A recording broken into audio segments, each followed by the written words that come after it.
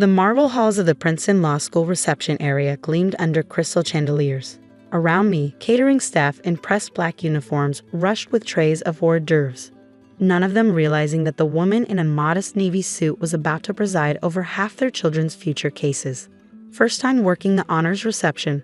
a kind server named Maria asked, noticing my quiet observation of the room.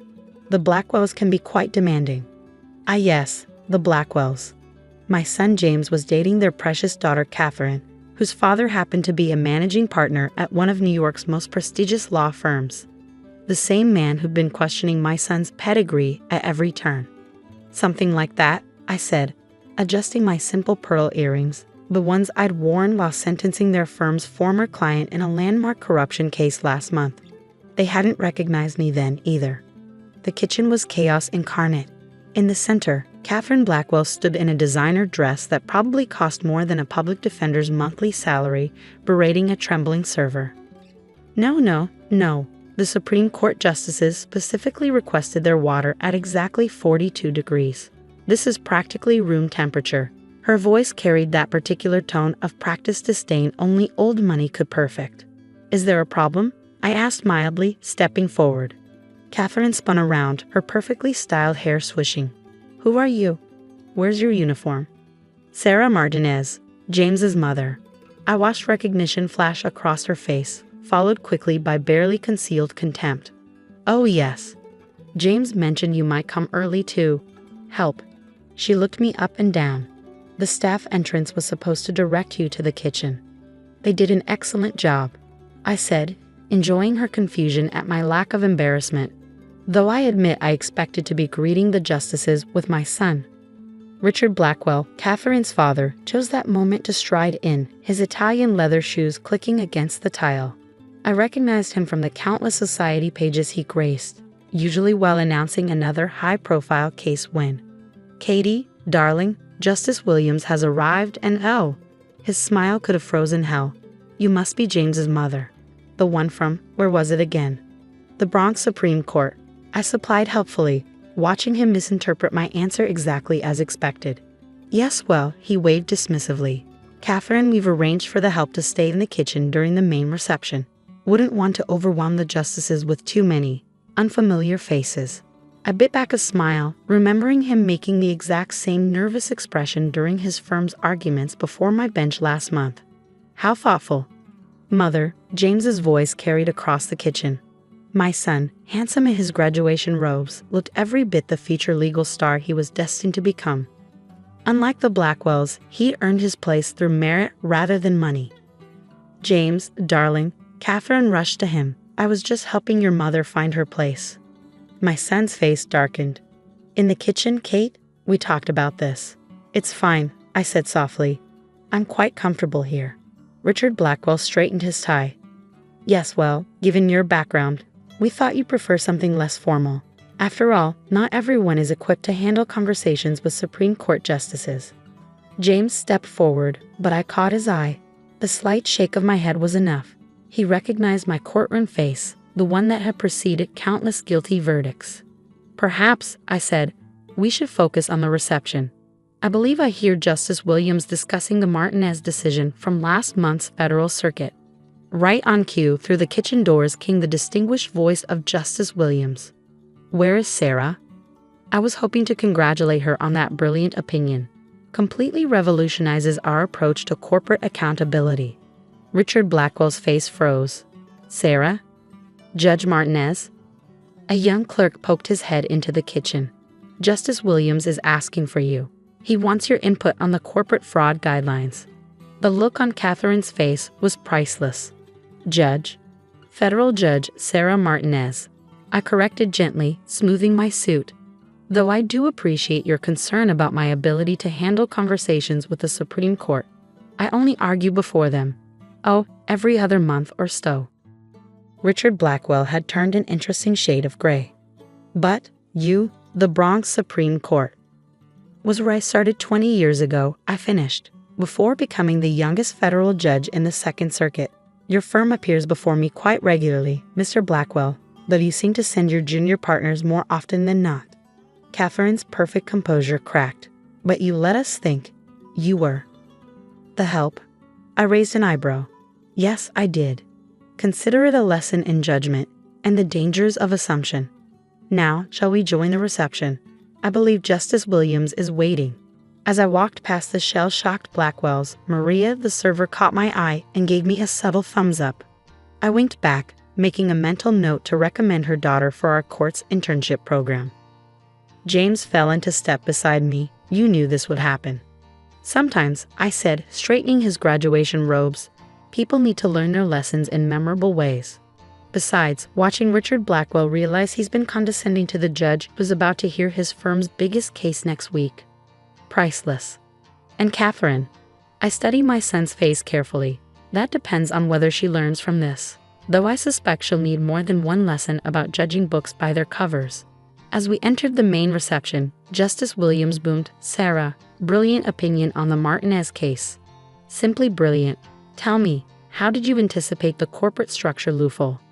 I smiled, feeling the Blackwell stares burning into my back. Actually, Bill, that insight came from my early days working as a night janitor at the courthouse while putting myself through law school. Sometimes the best understanding of the law comes from seeing its effects on every level of society. The gathered legal luminaries nodded appreciatively, while behind me, I heard Catherine whisper to her father, "Daddy, I think I made a terrible mistake." Indeed you did, I thought, accepting a glass of champagne from a passing server. But perhaps there was hope for her yet. After all, I didn't become a federal judge by believing people couldn't change. The next hour unfolded like a masterclass in social discomfort. Richard Blackwell, who'd spent the past 6 months telling everyone his daughter was marrying into new legal royalty, now watched helplessly as his colleagues connected the dots between his future in-law and the federal judge he'd been actively avoiding in court. Judge Martinez, a senior partner from his firm, approached, champagne glass trembling slightly. "We had no idea you were James's mother." Richard has been unusually modest about the connection. Has he? I smiled, enjoying Richard's visible perspiration. How unlike him, especially given his passionate arguments against my ruling in the Winston case last spring. Though I primarily heard those through his junior associates, of course. The senior partner's face tightened. Everyone in the legal community knew Richard had dumped that case on his subordinates after my preliminary ruling went against his client. "Richard, you never mentioned you had such personal insight into Judge Martinez's perspectives." Catherine, still wearing her designer dress but with considerably less composure, hovered at the edges of conversations, watching her carefully cultivated social network realign itself around the new reality. The daughters of other legal dynasties, who previously followed her lead in snubbing James' humble background, now competed for his attention. "James," she caught his arm as he passed. "I need to explain." "Explain what, Kate?"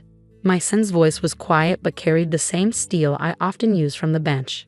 "Explain how you told your friends my mother couldn't afford a proper dress for the reception.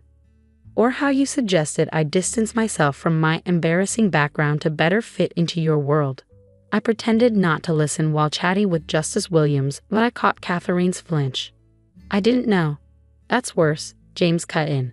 "You didn't know she was a federal judge, so you thought it was okay to treat her like she was beneath you. What does that say about how you view people who actually work in service jobs?" Maria, the kind server from earlier, passed by with a tray. Catherine's face flushed as she recognized her from the countless times she'd snapped at her during previous events. Catherine's carefully applied makeup couldn't hide her growing distress. "James, please. We can fix this." "Fix what?" A new voice joined the conversation. Margaret Blackwell, Catherine's mother, arrived with the precise timing of someone who'd been waiting for the right moment to pounce. "Catherine, darling, we need to discuss damage control. Do you realize half the judges in this room have heard about your little kitchen incident?" I decided to take pity on them, or perhaps set up an even more valuable lesson. "Mrs. Blackwell," I turned from my conversation. "Perhaps we should discuss this somewhere more private. The donors' lounge should be empty." The Blackwells followed me like condemned prisoners to their sentence. Once inside the luxurious lounge, Margaret immediately went on the offensive. "Judge Martinez, surely we can come to an understanding. Richard's firm has several major cases pending in your court. Are you attempting to negotiate with a federal judge, Mrs. Blackwell?" I kept my voice mild, but both women paled. Because that would be highly inappropriate, wouldn't it? I didn't mean. No, I said softly, you never mean it, do you? You never mean to be cruel to service staff or to judge people based on their perceived social status or to teach your daughter that human worth is measured by bank accounts and family connections. Catherine sank into a leather chair. I'm sorry, she whispered. I know it doesn't help, but I am truly sorry. Actually, I took a seat across from her. It does help, but only if it's the beginning of real change, not just damage control. Margaret remained standing, her perfectly manicured hands clasped tightly. What do you want from us? Want? I raised an eyebrow. Mrs. Blackwell, I have everything I could want. A fulfilling career, a wonderful son, and the satisfaction of knowing I earned every step of my success. The question is, what do you want for your daughter? Catherine looked up, mascara slightly smudged. What do you mean? I mean, do you want her to continue believing that worth is measured by designer labels and social connections? Or do you want her to understand what real strength and character look like?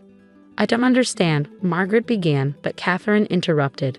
You want me to work for it, she said slowly. Like you did. Like James does.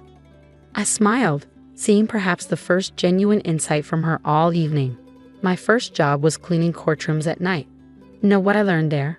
That the person emptying your trash bin at 2 a.m. might be studying for the bar exam. That the server you snapped at might have a daughter in law school. That character isn't inherited with trust funds.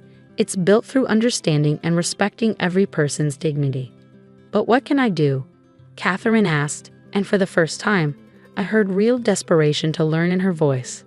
Well, I said, the Legal Aid Society is always looking for volunteers, and I believe the Courthouse Daycare Center needs reading tutors for the children of defendants who can't afford childcare during their trials.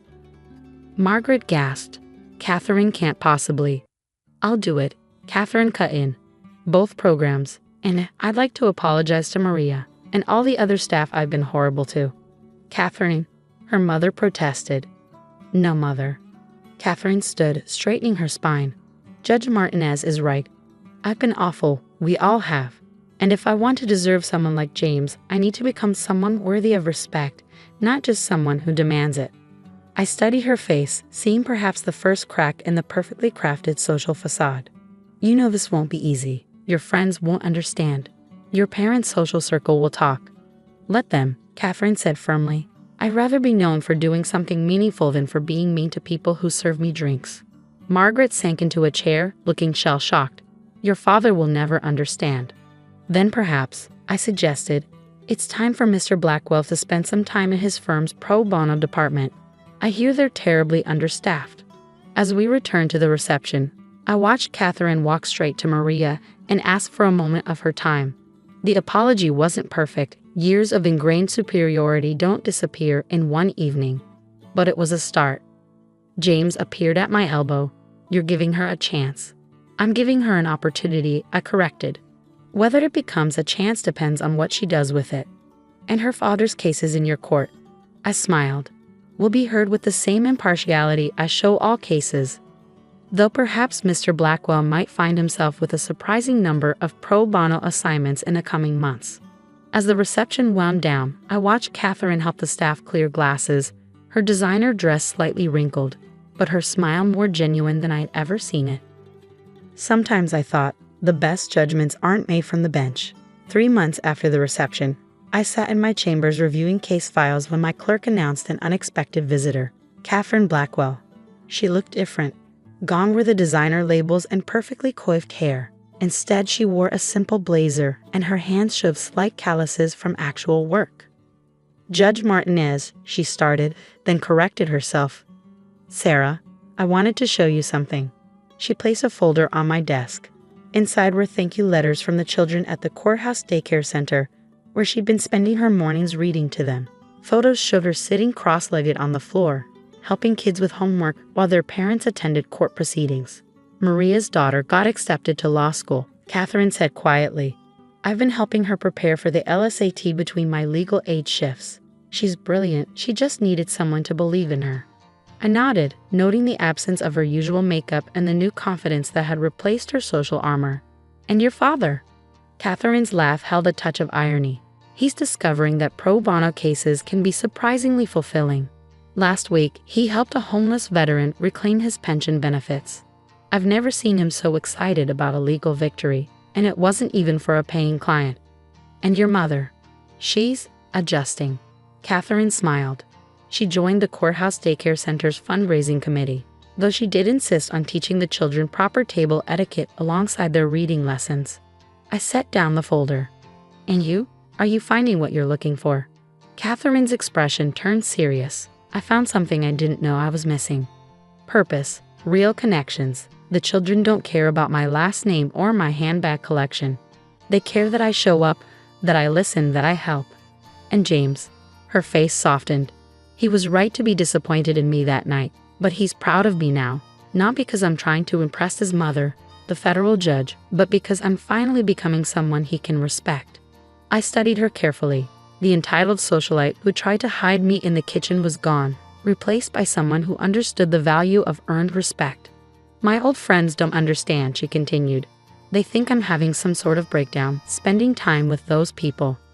But for the first time, I'm not worried about what they think. Because you've learned what really matters. Because I've learned who really matters, she corrected. The mothers working 3 jobs to support their kids through school. The courthouse staff who know every judge's coffee preference but never get thanked. The public defenders fighting impossible odds with impossible caseloads.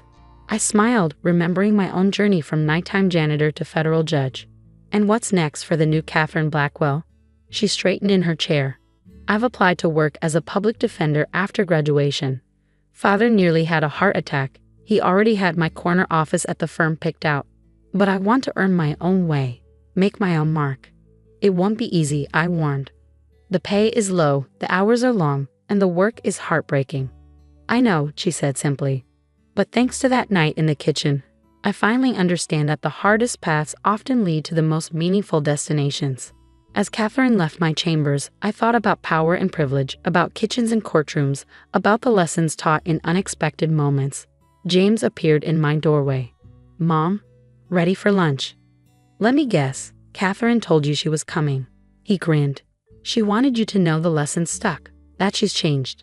No, I corrected, gathering my robes. She's changing.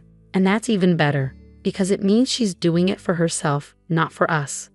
As we walked to lunch, passing Maria's daughter studying law books in the courthouse library, I remembered another young woman who'd once cleaned these halls while dreaming of something more. Sometimes the best verdicts are the ones that transform lives rather than just judge them.